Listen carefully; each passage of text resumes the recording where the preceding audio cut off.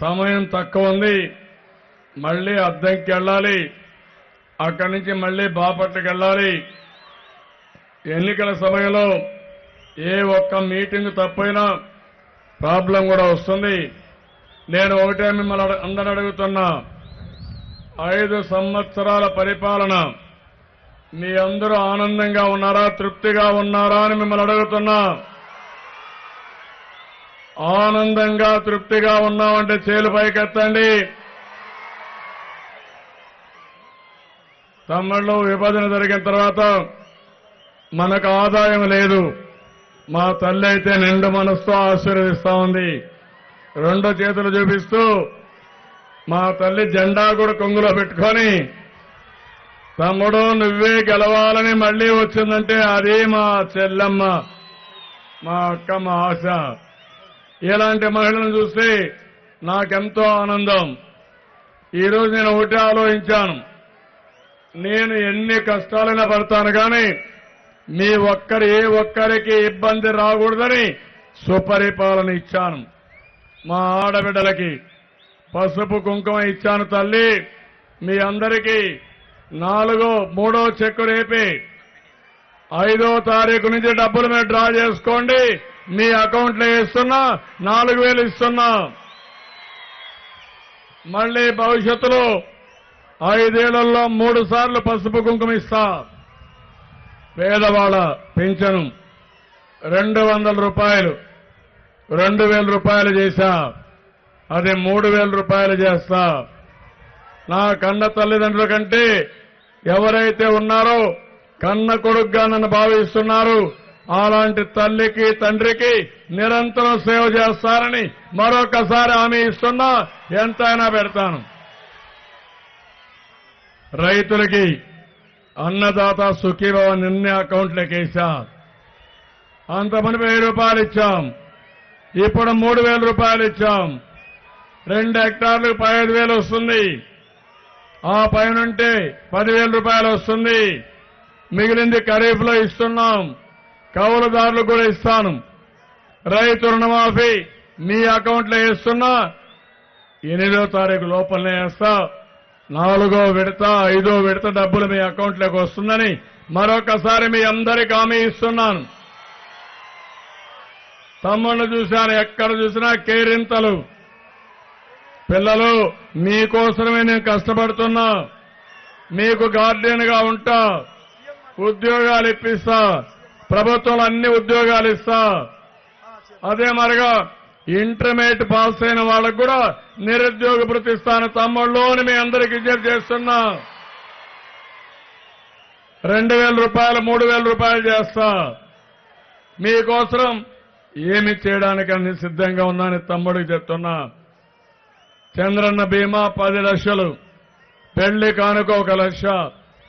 అదే మరిగా ఈరోజు మీరు చూస్తే ఆహార భద్రత, సంక్రాంతి కానుక, క్రిస్మస్ గిఫ్ట్ గాని, రంజాన్ తోఫా గాని ఇవన్నీ ఇచ్చాను.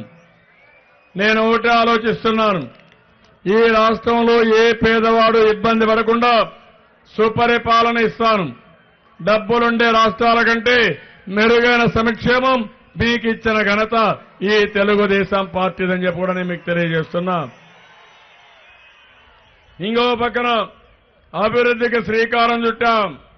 సిమెంట్ రోడ్లు, ఎల్ఈడి బల్బులు, మరుగుదొడ్లు, అన్ని ఇళ్లకు నీళ్లు ఇచ్చే కార్యక్రమం.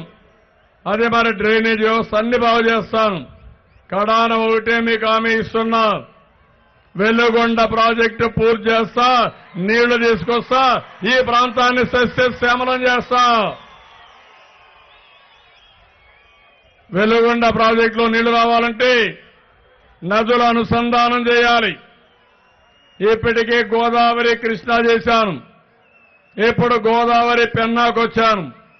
గోదావరి నీళ్లు నాగార్జున సాగర్ రైట్ మెయిన్ కెనాల్కు వస్తాయి, ఈ సంవత్సరం వస్తాయి. ఆ తర్వాత సోమశిలకు తీసుకెళ్తాను, అక్కడ వాడే నీళ్లు శ్రీశైలంలో పెడతా. మీ అందరికీ వెలుగొండ ప్రాజెక్టు ద్వారా పూర్తిగా ఈ 4 నియోజకవర్గాల్లో సస్యశ్యామలం చేసే బాధ్యత నాదని మరొకసారి మీ అందరికీ హామీ ఇస్తున్నా. అమరావతి అనంతపూర్ ఎక్స్ప్రెస్ వే వస్తుంది. ఈ ప్రాంతంలో బ్రహ్మాండమైన అభివృద్ధి జరుగుతుంది. ఇండస్ట్రీ తీసుకొస్తా. కనిగిరిలో ఇండస్ట్రీస్ వస్తుంది, దర్శిలో వస్తుంది, మార్కాపూర్లో కూడా పెడతా. తప్పకుండా ఈ పిల్లలు వేరే ప్రాంతానికి పోయే పని లేదు, ఇక్కడే ఉద్యోగాలు కల్పిస్తా. తమిళలో ఇప్పటికే పెద్ద ఎత్తున మనం డబ్బులు ఖర్చు పెట్టాం.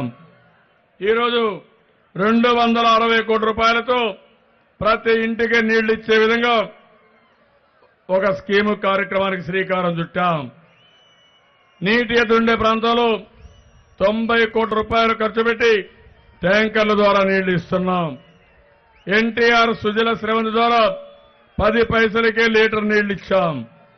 వెలుగొండ పూర్తి చేస్తాను. మళ్లీ హామీ ఇస్తున్నా. ప్రతి వారం మానిటర్ చేస్తున్నా. తప్పకుండా ఈ సీజన్లోనే వర్షాలు వస్తానే ఆ నీళ్లన్నీ శ్రీశైలంలో పెట్టి ఆ నీళ్లు మీకు ఇచ్చే బాధ్యత నాదని మరొకసారి ఈ ప్రాంత ప్రజానికానికి హామీ ఇస్తున్నా.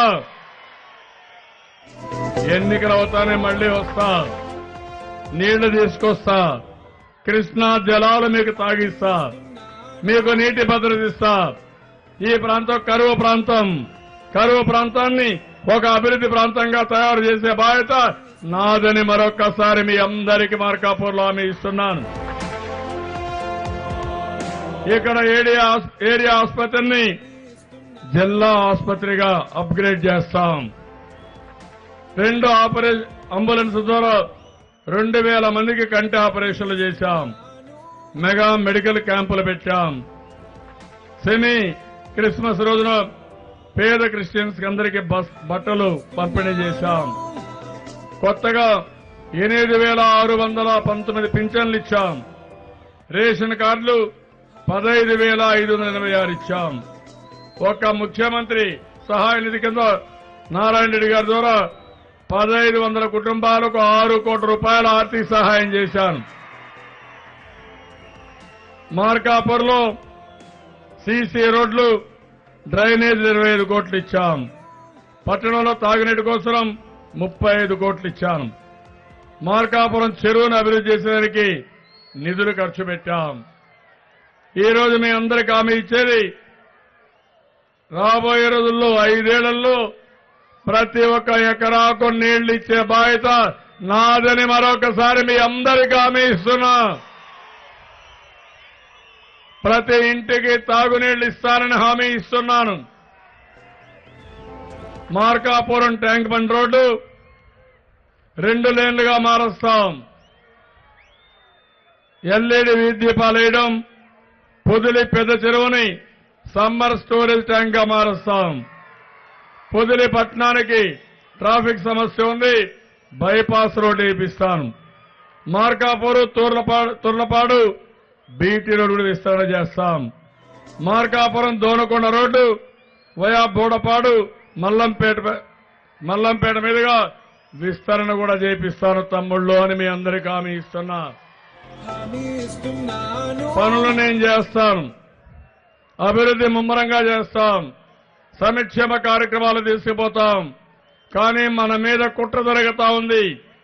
అభివృద్ధి అడ్డుకోవాలని కేసీఆర్, అభివృద్ధి జరగకూడదని నరేంద్ర మోడీ. వీళ్ళిద్దరికి పావుగా ఉపయోగపడే వ్యక్తి కోడికత్తి పార్టీ. ఏం తమ్ముళ్ళు చూస్తున్నారా డ్రామాలు? అన్ని డ్రామాలు, అన్ని నాటకాలు. మన మీద ప్రేమ ఉందంట కేసీఆర్కి. నేను మారలేదంట. నేను మారకుండా నీకు ఊడిగం చేయాలని అడుగుతున్నా. మా ఆస్తులు 1 లక్ష కోట్లు కొట్టేశావు. నేనే సంపద సృష్టించా. నేనే బంగారు గుడ్డు పెట్టే బాతుని నీకు అప్పచెప్తే మళ్ళా మేం బాగుపడతామంటే చూసి ఓర్వలేక మాకు అడ్డంకులు సృష్టిస్తున్నావు. జగన్ మీద కేసులున్నాయి.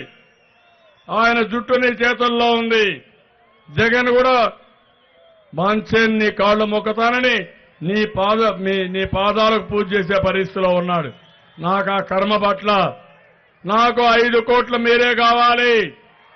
ఆంధ్రప్రదేశ్లో ప్రజల సంక్షేమమే నా ధ్యేయం. అభివృద్ధికి అడ్డుపడితే ఎవరిని వదిలిపెట్టనని మరొకసారి మీ అందరికీ విజ్ఞప్తి చేస్తున్నా. నేను అడుగుతున్నా మిమ్మల్ని, నరేంద్ర మోడీ మన రాష్ట్ర విరోధి అవునా కాదా? విరోధి అవునా కాదా? కేసీఆర్ మన రాష్ట్ర విరోధి అవునా కాదా? 1,00,000 కోట్లు కొట్టేసిన వ్యక్తి అవునా కాదా? ఇంకో పక్క మోడీ ప్రత్యేక హోదా ఇవ్వరా? విభజన హామీలు నెరవేర్చవా? వెంకన్న సాక్షిగా చెప్పిన మాటలు ఏమైనా అడుగుతున్నా. ఇలాంటి నాయకులు మనకు కావాలా తమ్ముళ్ళు? అదే జగన్మోహన్ రెడ్డి చూడండి, కేసీఆర్ మహానాయకుడు, ఆయనకు 17 సీట్లున్నాయి. నేను ఆయన దగ్గర ఉంటాను, ఆయన కాళ్ళు కడుగుతాను, ఆయన నాకు ప్రత్యేక హోదా ఇస్తాడని. ఇస్తాడా తమ్ముళ్ళు ప్రత్యేక హోదా? నీటికి అడ్డం పడ్డాడా లేదా? ఆ వ్యక్తి పోలవరం రాకూడదని, పోలవరం వస్తే మనం బాగుపడతామని, ఇంకో పక్క నాగార్జున సాగర్ గాని శ్రీశైలం గాని వీడపెత్తనంలో పెట్టమని, వెలుగొండ ముచ్చమర్రి పోతిరెడ్డిపాడు మూసేయమని, రాయలసీమకు హక్కు లేదని, ప్రకాశం జిల్లాకు హక్కు లేదని ఈ యొక్క కేసీఆర్ ట్రిబ్యునల్ వేస్తాడు. మీరెవరు నాకు చెప్పడానికి? నా నీళ్లు ఏ ప్రాంతానికి కావాలంటే, ఎక్కడ కరువు ఉంటే అక్కడ ఇచ్చుకుంటారు తప్ప నీ పెత్తనం నాకు అవసరం లేదు. కడాన పులివెందలకు కూడా నీళ్లు రాకపోతే నేనే ఇచ్చా. పులివెందలకు నీళ్లు ఇవ్వాలనే ధ్యాస ఈ జగన్మోహన్ రెడ్డికి లేదు. నేను అడుగుతున్నా, మోడీని పొగడతాడు, బలవంతుడంటాడు, మళ్ళా ఆయనే వస్తానంటాడు.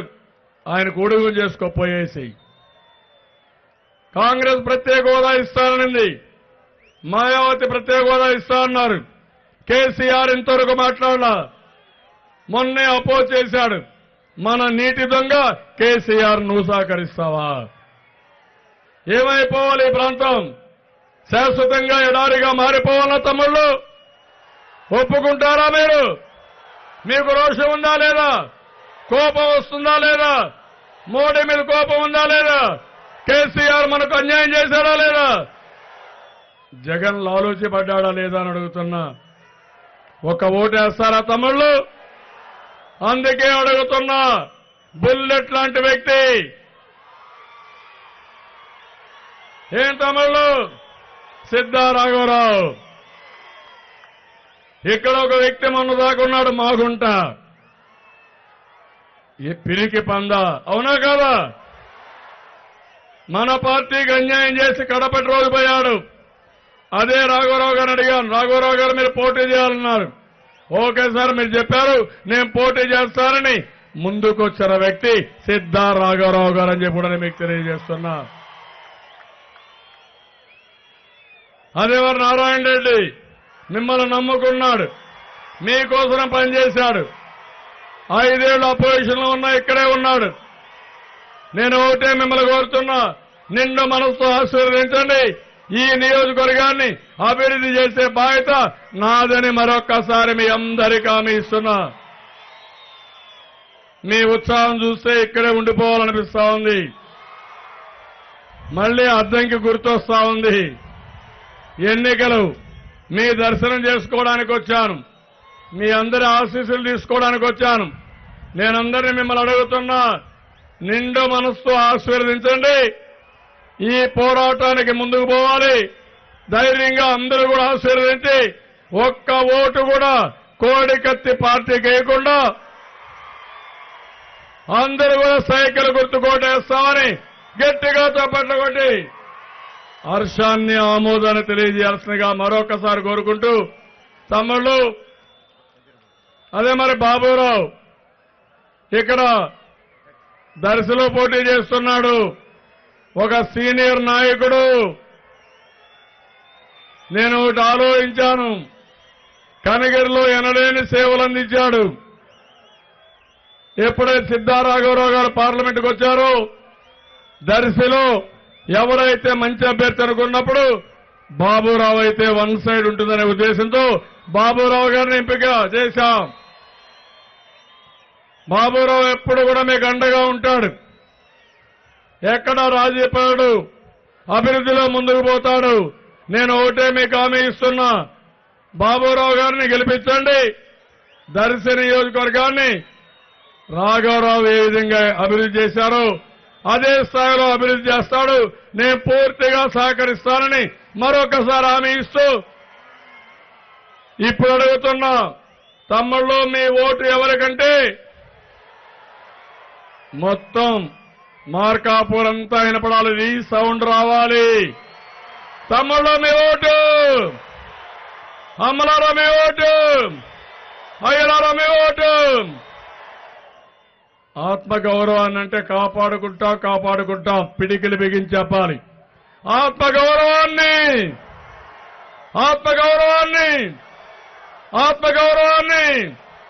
తమ్ముళ్ళు మళ్లీ వస్తాయి. ఎన్నికలైన తర్వాత అతిపెద్ద మెజారిటీ కల్పించండి.